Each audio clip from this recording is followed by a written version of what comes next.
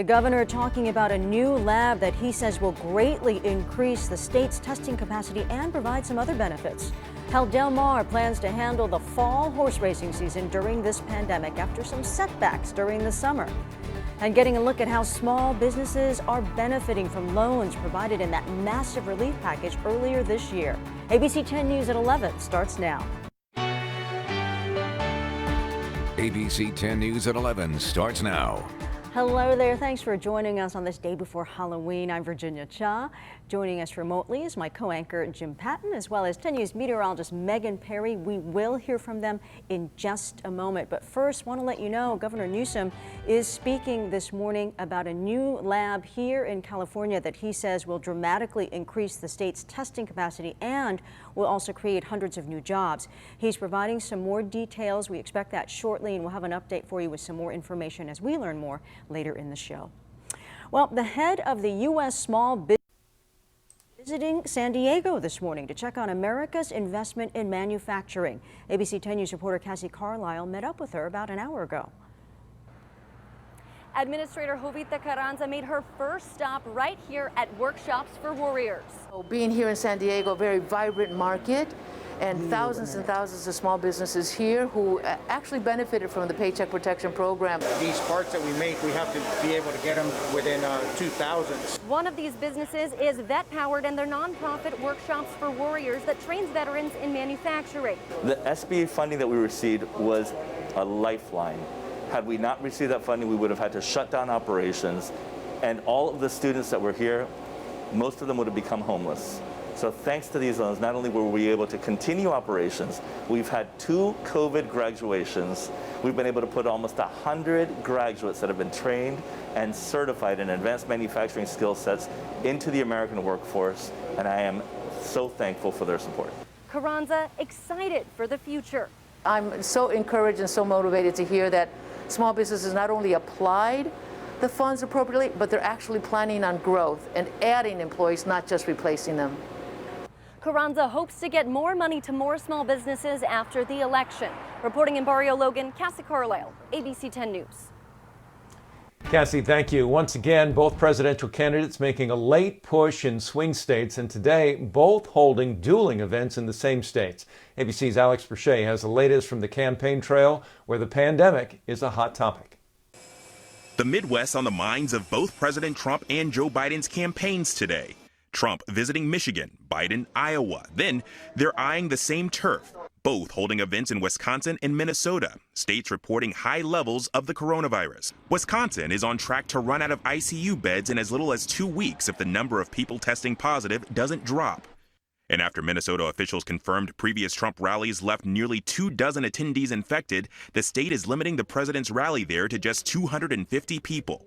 The president's son downplaying the virus on Fox News. Well, why aren't they talking about this? Oh, because the number is almost nothing. Because we've gotten control of this thing. We understand how it works. But according to an HHS memo obtained by ABC, more than 5,500 Americans died from COVID in the past 7 days, an increase of 3.6% over the previous week. And the CDC is now projecting 250,000 U.S. deaths from COVID by Thanksgiving. President Trump is still insisting it's not a big deal. You're going to get better. You're going to get better. If I can get better, anybody can get better. And I got better fast.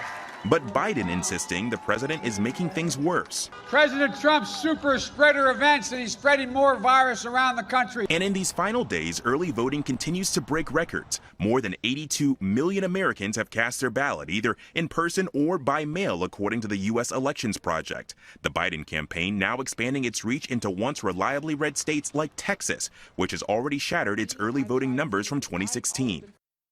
In fact, Democratic Vice Presidential nominee Kamala Harris has 3 stops in Texas today, while Vice President Pence is in Arizona trying to maintain a state the president won in 2016. Alex Brochet, ABC News, Washington. Rescue crews and civilians sorting through the rubble of collapsed buildings in Turkey, where a deadly earthquake struck this morning. The quake hit off Turkey's west coast, could be felt in Greece as well. It was a magnitude 7.0 earthquake. As you can see, a lot of damage in Turkey. These images coming from the city of Izmir. And so far, officials say at least 6 people have been killed. Del Mar looking ahead to another racing season beginning tomorrow, and as in the summer, the stands will be empty. ABC 10 News reporter Vanessa Paz is in Del Mar with details on the preparations, the overall impact COVID has had on the Thoroughbred Club, and ways we could see fans return to the racetrack sooner than later. Spectators won't get this close to watch the races as we head into Bing Crosby season. We'll still have to watch it all from our digital devices, but that's not keeping spirits low for the horses, jockeys, and staff here at Del Mar. New season, new rules for Del Mar's Thoroughbred Club. We normally have one large jockey's room where all of the riders go.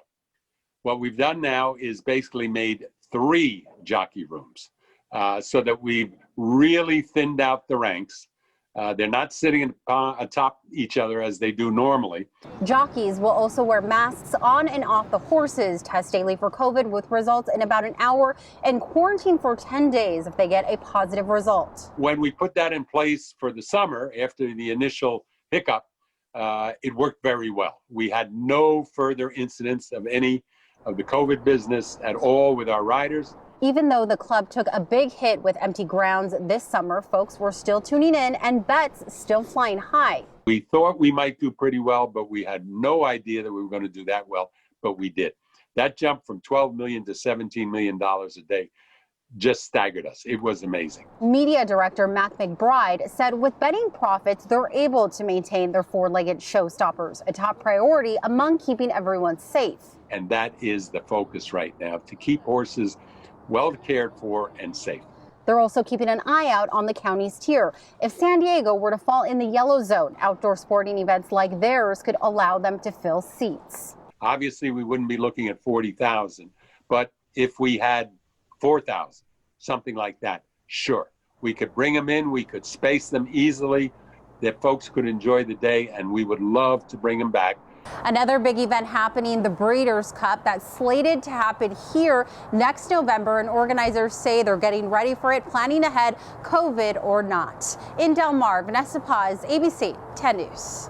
Well, this weekend could be crucial to our local case rate. It is the first of several holidays in the months to come, and as we've mentioned, San Diego State is taking a major step to try to get students to do their part to prevent the spread of the virus over the Halloween weekend.